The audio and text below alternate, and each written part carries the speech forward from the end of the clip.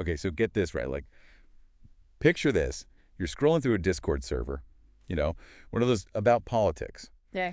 and you stumble into this, like, crazy heated debate, but it's about religion. Oh, wow. Yeah, so that's what we're going to be diving into today, kind of a deep dive. Are you with me? Absolutely. I mean, politics and religion, those two together, always a recipe for, a lively discussion. You said it, and this all happened on a server called Politics. Hmm. Interesting. Yeah, ironically, in their religion channel, go figure, Of course. and these two users, Farmdora and Kitani, they really went at it. Okay. It seems like Farmdora is coming at it from, like, a Christian perspective, Yeah. while Kitani is more, logic and Yeah. skepticism. Got it. So like faith versus reason, that kind of thing. Exactly, and it gets pretty intense, so should we just jump right in? Let's do it. I'm hooked already. All right, so round one of this debate, they're tackling this age-old question. Do we actually choose what we believe? Oh, that's a big one. Right. And Farmdora kind of lays down the gauntlet with this line. You did make a choice not to believe. Mm. So they're saying even choosing not to believe is still a choice.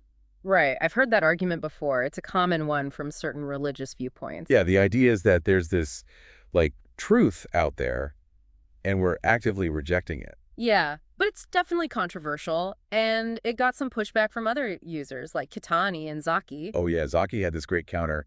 No one is born a Christian. Ooh, good point. Right. So they're implying that our beliefs are shaped by, how we're raised, our experiences, not just these conscious choices we make. It's a really interesting point, because psychologically and sociologically, our belief systems, they develop through this whole web of factors. It's not simple. It's complicated. Family, culture, the people we hang out with, even our personalities, they all play a role. So it's not like just flipping a switch in our brains. Exactly. We're not blank slates, We're constantly being influenced. It makes you wonder about free will then. If our beliefs are molded by all these outside things, how much control do we really have? That's a huge question, and it leads right into the next part of this debate, which is the relationship between God and logic. And this is where it gets really interesting. Okay, lay it on me. So Farmdiora basically says, and I quote, God be like F your logic. Wow. Okay, straight to the point. Right, like God is beyond our human understanding. Yeah, that's a bold statement. It is. It's like the classic debate between faith and reason in one line. You can practically feel the tension. And Kitani, being all about logic, fires back with, if a thing operates outside the scope of logic, it is illogical. Well, yeah, that's a logical response. Totally. Kitani's sticking to that idea that truth has to be grounded in reason. Makes sense. And then, get this, Kitani challenges Farmdiora to break it down step by step, asking for a syllogism. A syllogism, that's taking it to another level. Right. A syllogism is like that logic structure. If A and B are true, then C must also be true. Okay, yeah, I remember that from like philosophy class or something. So Kitani's trying to make Farmdora explain their reasoning in this very specific way. Classic debate tactic. It is. And you can tell Farmdora is getting frustrated. They start saying things like atheism is a belief system. Oh, I see. Deflecting the argument. Yeah, or like, you just want me to respect people's claims, but not really engaging with the points being made. It's like they're talking past each other. Totally. Kitani's focused on logic and evidence. Farmdora is more about faith-based assertions. Two very different approaches. And speaking of evidence, that's where this debate goes next, the big question. What counts as proof when it comes to God? Ah, the million-dollar question. Right. Farmdora brings up eyewitnesses, like the disciples, the people who supposedly saw Jesus after the resurrection. Interesting. So using historical accounts as evidence. Exactly, which is a common thing in religious arguments, personal testimonies. Yeah, but those aren't always the most reliable, are they?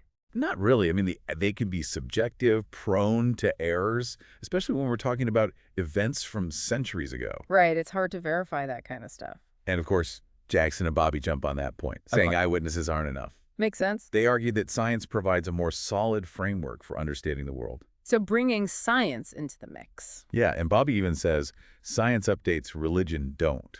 Ooh, that's a good one. Right. It implies that religion clings to these fixed doctrines, while science is always evolving. It's a powerful statement. It highlights how those two approaches to knowledge can clash. Totally.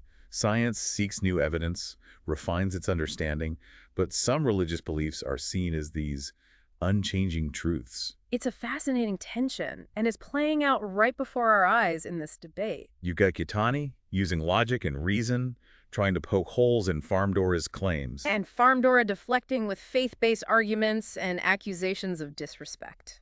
Like the classic showdown. Faith versus reason. And this is just the beginning. Things are about to get even more complex as they dive deeper into specific religious doctrines and how to interpret them. Oh, I can't wait to hear where this goes next. Buckle up, folks. This deep dive is just getting started. So we've got this, like, clash, between faith and reason, personal conviction versus hard evidence.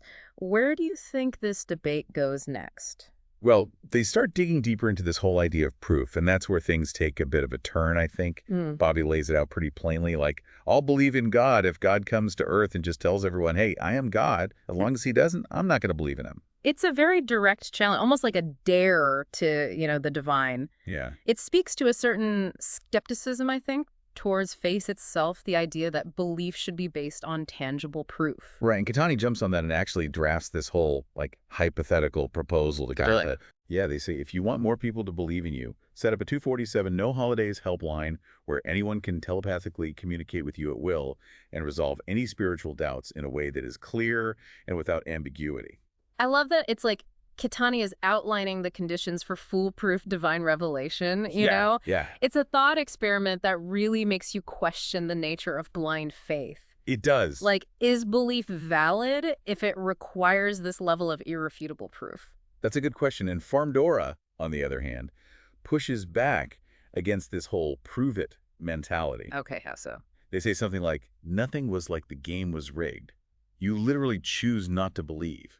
But others did, so it's all your fault and choice, so God will never be rigged. I'm sensing some circular reasoning there, Right. Like Farmdora seems to be implying that choosing not to believe is somehow unfair, but also saying belief is a choice. It's a bit contradictory. It is a bit, right. And then they get into this whole debate about why people believe in God in the first place. Okay, what do they say about that? Well, Bobby makes this interesting observation. The reason why people believe in God is because back then they didn't have a lot of scientific knowledge. That's an interesting point. It suggests that religion might have emerged as a way to explain the unknown, back when we didn't have the science. Right. Like, if you think about it, if we could go back in time, give those ancient civilizations all our scientific knowledge, would religion have evolved differently? Or would that human need for meaning, for comfort, would it still lead to similar belief systems? That's a good question. I've never really thought about it that way. Yes, you think, right? Yeah, like, is religion a product of its time, or is it something more fundamental to being human? Right, exactly. And Bobby goes on to say, if you believe in God, you'll think that there will be a second chance, like an afterlife or rebirth or something like that. That makes sense. It highlights that psychological appeal of religion, It gives people hope, a sense of purpose when faced with all the uncertainty of life. Comfort in the face of death, those are powerful motivators for belief, even with all the scientific explanations we have now. True, but then Bobby also points out that as science advances, there is no need for relying on God and magic to explain things. Which points to that potential correlation we see between scientific literacy and declining religiosity, right? Why? The more we learn about the natural world, the less we might feel the need for supernatural explanations. Right, but it also raises this question, if science can explain the how, can it also provide the why? Exactly. Can it satisfy that yearning for meaning and purpose that religion often fulfills? It's a deep question, for sure. It is, and then another user, Bird, jumps in with this observation about societal pressures, what happens when you don't believe. Okay, interesting. What do they say? They say, like, people these days are less likely to be excommunicated and even killed for expressing an absence of belief in God or gods.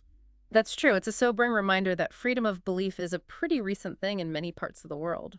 The cost of atheism has been high, historically speaking. Definitely. And Bird goes on to say that in many places in the world today that isn't the case, and there you see religiosity rates nearing 100%. Which suggests a possible link between, religious appearance and environments where dissent is suppressed. Right, where questioning or rejecting the dominant faith is dangerous, belief might be more about survival than genuine conviction. It highlights that complex interplay, between individual belief, social pressure, and political power. It's a lot to unpack. This whole debate is making me question everything I thought I knew about religion. Me too. And just when you think they've covered it all, someone throws out the term religious alerping. LARPing. Yeah? Like live-action role play. Yeah, what does that even have to do with religion? Well, Bobby says many religious people these days are LARPs. They benefit from the religious systems one way or another. Ah, I see. So they're accusing some people of, like, performative piety, Hmm. Adhering to beliefs not out of genuine conviction, but for social or political gain. Right. It's a cynical view, but it Yeah. does make you wonder about motivations, especially when religion and power are so closely tied together. It does. Like, is everyone who identifies with a religion truly a believer, or are some just playing the game? It's a good question. It reminds us that religious belief is never just a private matter. Right. It exists within this web of social relationships, cultural norms, and often power dynamics. This is getting deep. I need a minute to process all of this. Me too. This Discord debate is like peeling back the layers of an onion. Just when you think you've got it figured out, there's another layer. And I bet it's about to get even more complex, especially when they start talking about specific religious doctrines. Oh boy, here we go. Buckle up.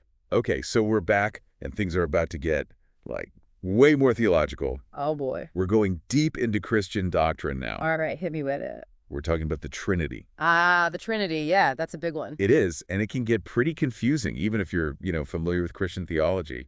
Yeah, it's not exactly the easiest concept to grasp. No, not really. So for anyone who needs a refresher, the Trinity is this idea that God is one being, Right. but exists as three distinct persons: Yeah. the Father, the Son, and the Holy Spirit. It's a core doctrine in Christianity, but it's been debated and interpreted in so many ways throughout history. Yeah, and it doesn't exactly make sense from a purely logical standpoint. Not really, no. It's one of those things you kind of have to take on faith. Exactly. And in this Discord debate, Farm Dora is really focused on the idea of Jesus as the Son of God. Okay. What do they say about that? Well, they make a point of saying it's not like, a typical father-son relationship. All right, because it's more symbolic, right? Exactly. They say something like, Son of God isn't the biological son, like father-son relationship on earth. It is God in humanity. That's what is being known as the Son of God in that narrative. So they're trying to emphasize the divine nature of Jesus, right? That he's not just a human offspring of God. Right? It's a core belief that Jesus was both fully God and fully human, which is, mind-boggling when you really think about it. It is. How can one being embody two completely different natures like that? It's a question that has challenged theologians for centuries. Yeah, and another user, Jackson, chimes in with this point. It was never explained, because that's not how the Trinity is designed, but rather a mystery of faith that cannot be fully understood by human logic. That's a really interesting point. It gets to the heart of that tension we've been seeing this whole time, Right. faith versus reason. Yeah. Jackson is basically saying that some things in religion are beyond our human logic. You have to accept them on faith. But of course, Katani, being all about logic, isn't satisfied with that. Of course not. They want explanations, so this leads to a whole back and forth about how the Trinity even developed historically. Okay, so they're getting into the history of Christian doctrine now. Yeah, it gets pretty interesting. Jackson and Farm Dora start talking about early Christianity, the Council of Nicaea. Oh, wow, that's going way back. I know, right? This is where the doctrine of the Trinity was formally established, like in the 4th century. Wow. And Jackson even suggests that the Trinity might have been a way for Emperor Constantine to unify the early church. Maybe even suppressing other interpretations of Christianity. It's like a history lesson in the middle of this debate. It is, and it makes you think about how religious doctrines are shaped by, the people in power. Right, because throughout history, leaders have influenced, sometimes even manipulated religious beliefs to consolidate their authority. It's a reminder that religious beliefs aren't formed in a vacuum. They're tied to the political and social context of the time. Exactly. The doctrines we consider sacred today, they might have been influenced by factors that have nothing to do with spiritual truth. It's a lot to consider, and then just when you think we've reached peak theological complexity, the debate shifts to the evidence for the resurrection. Ah, yes, the resurrection, always a point of contention. Right. And Farm Dora, relying on the biblical accounts, says, everyone just believed that Isa resurrected. It's still a claim, but I'm talking about eyewitnesses who is stronger. So they're putting a lot of emphasis on those firsthand accounts. Okay, but as we've talked about before, eyewitness accounts can be problematic, especially when we're dealing with events that happened so long ago. Exactly, and Jackson challenges this point, saying there was one person who claimed there were 500 witnesses to the resurrection, but there are no testimonies from any other witnesses except for that single individual, which made no sense considering there must be some sort of written evidence from any of them.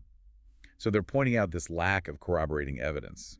Which is a valid point. If 500 people saw this incredible event, you'd think there would be more than just one account. Right. And when Farm Door is pressed for more evidence, they get flustered, start resorting to personal attacks, deflecting the questions. It's like they feel personally threatened by any challenge to their beliefs. It is, and you see that a lot in these kinds of debates.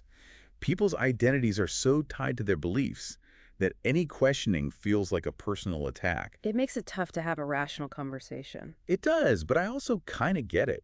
Beliefs are personal. They're tied to how we see ourselves, our community, our understanding of the world. Right. It's understandable why people get defensive when those beliefs are challenged. But this debate also shows how important it is to engage with different perspectives, Yeah. even when they clash with our own, to question our assumptions, look at the evidence, consider other interpretations. It's not about winning or losing. It's about trying to understand. Well said.